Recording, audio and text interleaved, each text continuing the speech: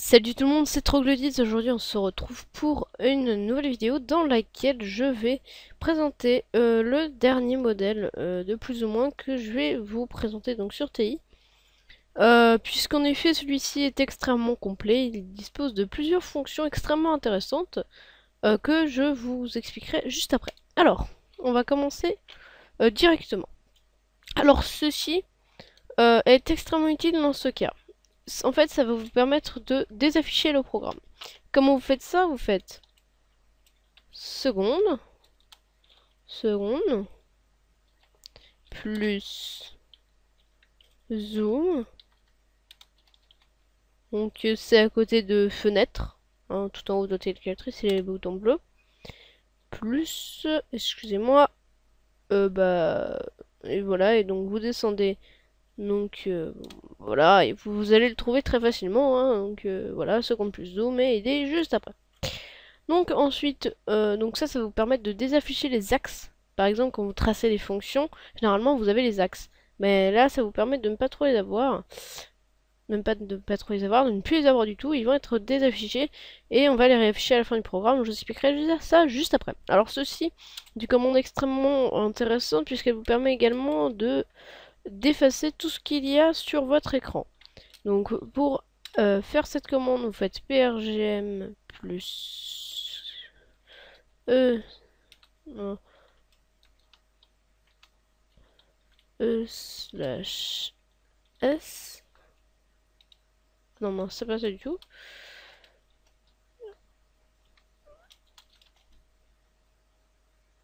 Excusez-moi. Donc ça c'est entrée-sortie, ça peut aussi être in, in et out, donc OS. Et donc c'est plus 8. Voilà. Et ici, on va donc dans ce programme utiliser une fonction assez intéressante qui est donc en fait on va utiliser l'écran dessin. Il y a plusieurs écrans sur votre calculatrice. Il y a l'écran qui vous permet de calculer des nombres, il y a l'écran graphique qui vous permet d'afficher des graphiques, et il y a l'écran des deux dessins hein, qui va vous permettre d'afficher toutes sortes de choses, des cercles, des lignes et des textes, que ce qu'on voit juste après. Alors, dessin, vous faites seconde. Oui, j'aurais dû me préparer avant. Plus 1. Plus entrée en fait, même carrément. Vous pouvez faire seconde plus entrée. Ça marche tout à fait. Ensuite, on va afficher du texte. Alors le texte c'est encore une fois une option qui est dans dessin. Donc en fait c'est... Non mince, j'ai oublié une partie. PRGM plus entrée. Voilà, c'est ça. En fait c'est ce qu'il y a juste au-dessus de PRGM, donc c'est dessin. Et donc texte, ça vous permet d'afficher du texte dans un caractère absolument immonde, mais j'ai rien trouvé d'autre. Et donc là on donne les coordonnées, donc 18 et 10. Et il va afficher ce texte là, le jeu du plus ou moins. Donc là, encore une fois, texte qui vous permet d'afficher du texte encore dans ces coordonnées-là, x égale 28 et y égale 25, par ce que vous voulez. Je sais pas ce que ça donne si on en met un nombre de caractères différents, de 9 caractères. Donc moi j'ai mis troglodyte. Et ici donc pause, qui vous permet en fait de mettre le programme en pause jusqu'à ce que vous appuyiez sur la touche... Ah oui d'ailleurs j'ai oublié de vous le mettre. Jusqu'à ce que vous appuyiez sur la touche entrée. Seconde plus PRGM plus 0. Et pause, c'est tout simplement... excusez-moi les amis, je dois juste... Voilà. Je dois juste vérifier quelque chose. Voilà, donc vous faites tout simplement PRGM plus 9. PRGM et 9. Voilà. Et donc ensuite vous remettez un effacer dessin pour effacer ce que vous avez marqué ici. Effacer dessin, il est juste ici, hein, je vous l'ai déjà mis.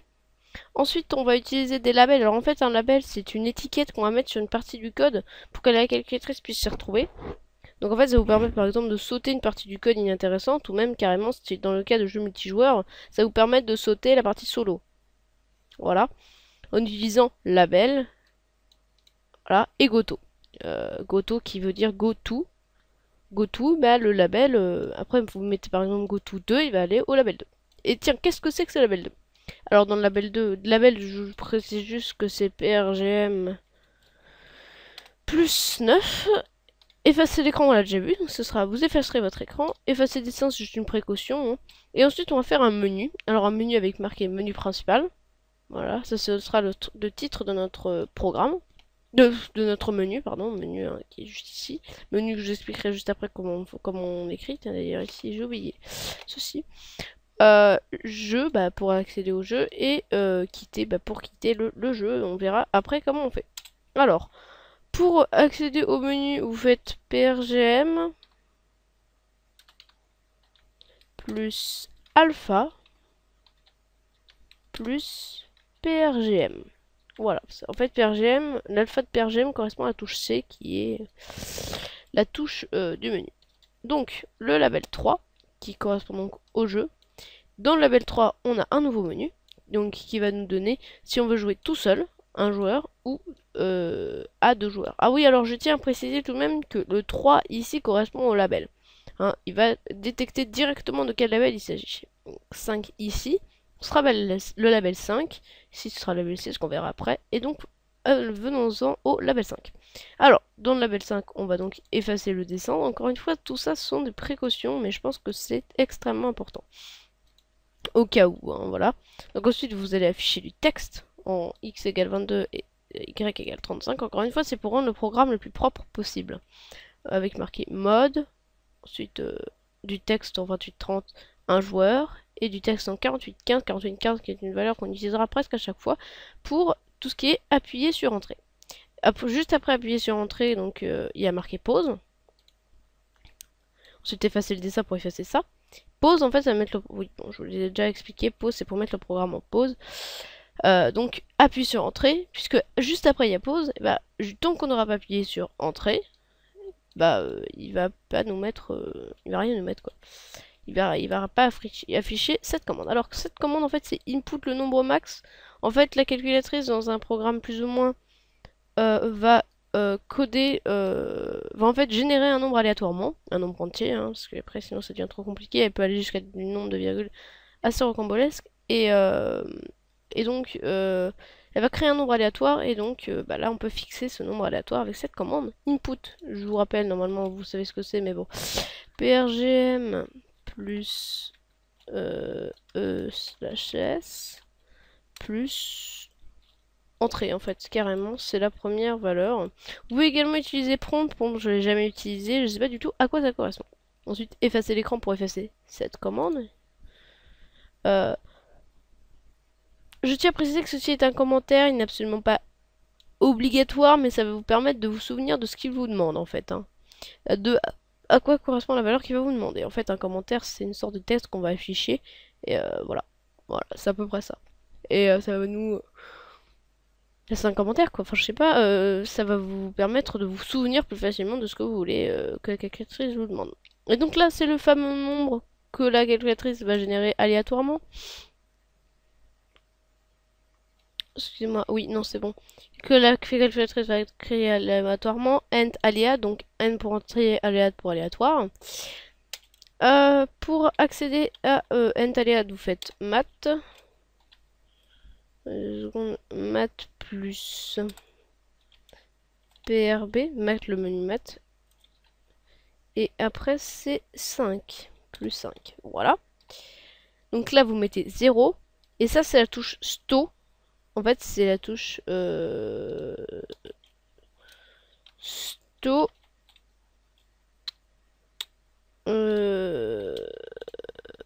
qui est au-dessus de on. Voilà. Et donc en fait on va associer la valeur B. Dans cette partie du code là, il y aura la valeur B sera associée à... Non, à la valeur B, on va associer le nombre 0. Et donc ensuite, donc 0 à la valeur C. La valeur C, on verra à quoi elle correspond, la valeur B aussi plus tard.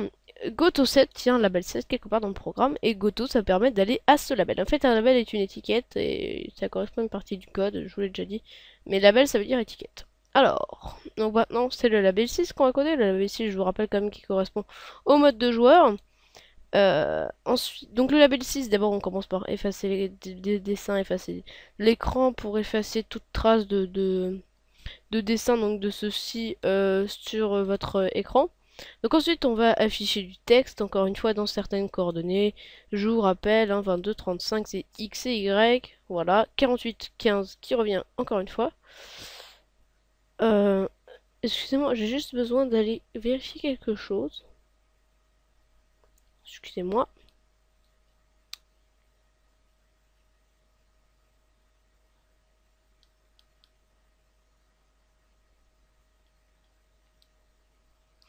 Ah oui, c'est ça, c'est bien 28-25, donc c'est en 28-25. Ah oui, c'est parce qu'il y a le S ici qui va changer les coordonnées ici. On passe de 30 à 25. Donc ensuite appuyer sur entrée. Encore une fois, je vous expliquais que pause, tant qu'on n'appuyait pas sur entrée, ça faisait pas le reste du programme ici du label. Bah ça c'est en fait pour expliciter, appuyer sur entrée pour continuer le programme en fait. Donc effacer le dessin, encore une fois pour effacer tout ce qu'on a écrit ici. Disp joueur 2.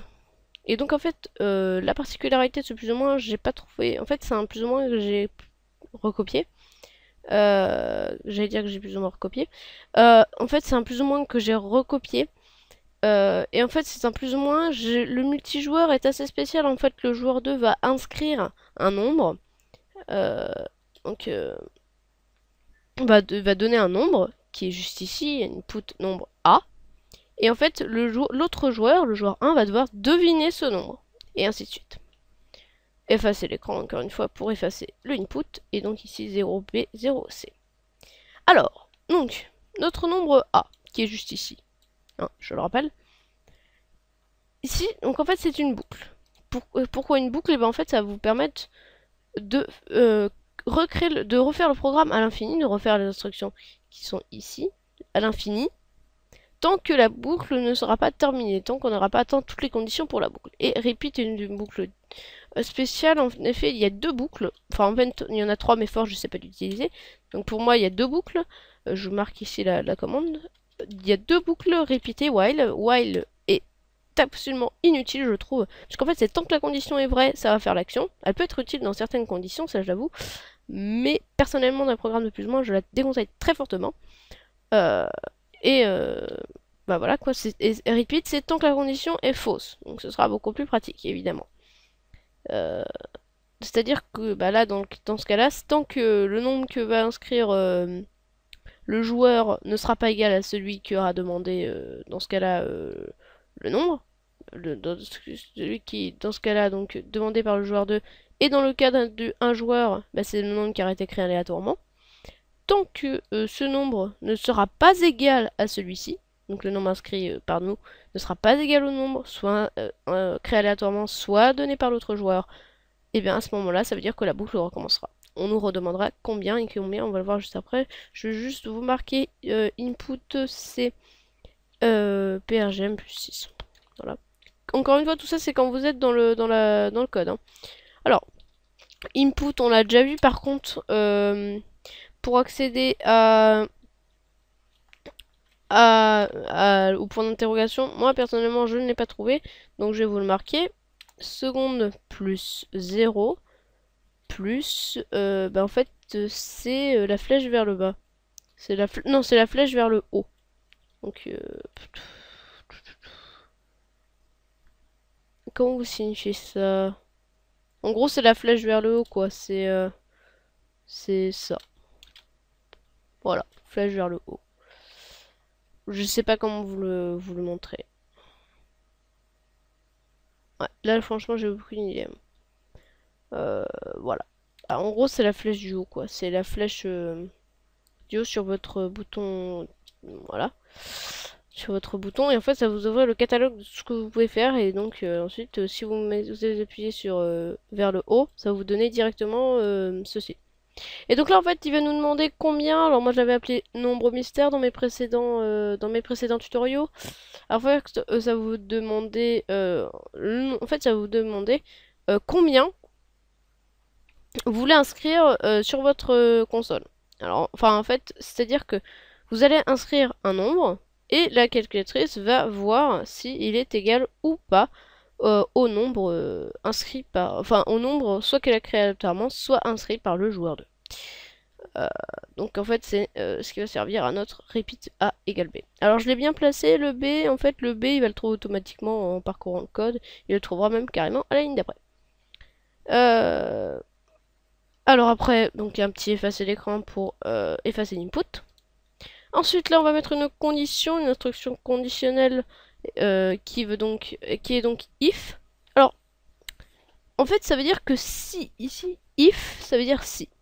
Si A, donc le nombre soit créé aléatoirement, soit donné par le joueur 2, si le nombre, si ce nombre-là est supérieur à celui que nous avons inscrit juste avant, à la réponse combien, la réponse à la question combien, alors à ce moment-là, then, alors, il va être affiché plus grand. Voilà, plus grand. Donc avec output, ah oui d'ailleurs, if, je vous ai pas dit, if c'est prgm plus 1 et l'autre c'est second. Excusez-moi jamais, je vais juste faire un petit ellipse, on se retrouve juste après. Les amis, désolé, en fait je viens de m'apercevoir que la vidéo précédente faisait plus de 15 minutes, j'en suis vraiment désolé. Donc ensuite vous faites seconde plus maths, donc je m'arrangerai, hein, vous inquiétez pas. Seconde plus maths plus entrée. Voilà, comme ceci. Et donc output en fait ça va afficher les caractères aussi gros que les nombres. Parce que le caractère, tout ce qui est texte, ce sera pas aussi gros que les nombres. Hein. Et donc là vous mettez un espace pour votre truc plus propre. Ensuite vous faites prgm plus e/s plus 6. Voilà, et donc après vous utilisez cette syntaxe. Et donc là, la valeur C va devenir importante puisque C, en effet, on va l'incrémenter. C'est-à-dire que à chaque fois que cette partie du code là sera exécutée, on va ajouter 1 à C. Donc C plus 1, on va associer C plus 1 à C. Donc en fait, on va l'incrémenter, on va augmenter cette valeur. Donc pause, pour qu'on puisse bien avoir le temps de voir notre programme. Enfin, de voir si c'est plus grand ou plus petit, on verra juste après. Effacer l'écran, hein, comme d'habitude. Donc end pour terminer le if, qui est juste ici. End, donc qui se met à chaque fin d'instruction conditionnelle, mais aussi les boucles. Ensuite, vous mettez if et A, donc le nom créé aléatoirement ou demandé par le joueur 2, est inférieur à B. Donc le B est le nom que vous avez inscrit ici, je rappelle. Donc then, vous affichez avec output, toujours 4,3, plus petit, puisqu'en effet, le nombre que vous aurez inscrit sera supérieur à celui créé aléatoirement ou demandé par l'autre joueur. Donc il va vous mettre plus petit. Ensuite, il vous met pause pour que vous puissiez bien voir que c'est plus petit et pas plus grand.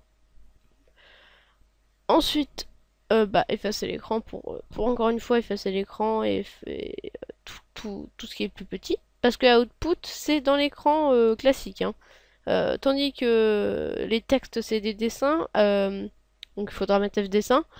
Output, c'est l'écran classique. Hein. Donc là, encore une fois, on incrémente la valeur C. C, je vous expliquerai juste après à quoi ça sert. Vous allez voir, c'est très pratique. End pour terminer le if. Et end pour terminer le repeat que l'on a mis ici. Donc tant que la condition est fausse. Donc if c égale 0, c'est-à-dire que vous avez trouvé du premier coup. Mais à ce moment-là, il va associer à 1 la valeur C. En fait, c'est-à-dire que si C égale 0, en fait, c'est égal à 1. Donc, en gros, si vous trouvez du premier coup, il va augmenter. Parce qu'en fait, si vous trouvez du premier coup, il va mettre que C. Donc, je vous expliquerai après à quoi ça sert. Mais si vous trouvez du premier coup, il y aura 0 pour C. Donc, vous pouvez déjà deviner à quoi sert C. Donc, à ce moment-là, ça peut pas être 0 la valeur. On peut pas le faire en 0 coup. Donc, il va écrire... Enfin, à ce moment-là, la valeur sera C. Simplement. La valeur de C sera 1. Simplement. Donc ensuite, puisqu'on a trouvé, donc N, ça veut dire que la boucle a été bouclée, c'est-à-dire qu'on a trouvé A. Donc, il va vous marquer exact. Alors ça, vous l'obtenez en mettant seconde, excusez-moi, seconde plus PRGM, je crois. Non, attendez. Non, non, non, non, non, non, pas du tout. Non, mince, je suis bête, désolé. J'étais un petit peu distrait, pardon. Math plus PRB. PRB. Oui, non, en fait, c'est même pas. C'est juste PRB. Oui, non, en fait, je vais quand même le mettre entre crochets, excusez-moi. PRB, donc c'est le menu PRB. Et c'est 4. Voilà. Donc, vous trouvez le point d'interrogation ici. Ensuite, en C. Donc, C, en fait, c'est le nombre de coups que vous allez faire. Voilà à quoi sert C. Donc, en fait, c'est-à-dire qu'à chaque fois que tout ça se passera, donc par exemple, qu'on devra entrer une valeur ici, bah, il va se passer tout ça. Et donc, à chaque fois qu'on entre une valeur, qu'est-ce qu'on a en moins? Un coup. Donc, il y a un coup qui augmente. C'est-à-dire qu'on a un coup de plus. Par exemple, si vous entrez 2 fois une valeur, bah vous aurez 2 coups. Et bah c'est ça, à chaque fois que vous entrerez une valeur, votre nombre de coups augmentera de 1. Et donc c'est à ça que ça sert. Et donc ensuite notre fameux 4815, appuyez sur entrée, pause. Vous pouvoir appuyer sur entrée, ça continue le code. Effacer le dessin pour effacer tout ce qu'on a marqué là. Et ensuite, un petit menu qui va nous permettre de recommencer. Menu, je vous rappelle, PRGM plus alpha plus PRGM. Donc le nom de notre menu sera tout simplement recommencer avec ceci. Je vous rappelle pas où est ceci puisque vous l'avez ici. Enfin, je vous ai dit à quoi... En fait, c'est seconde plus 0 plus la flèche du haut. Mais la flèche du haut, je peux pas la faire. Donc oui.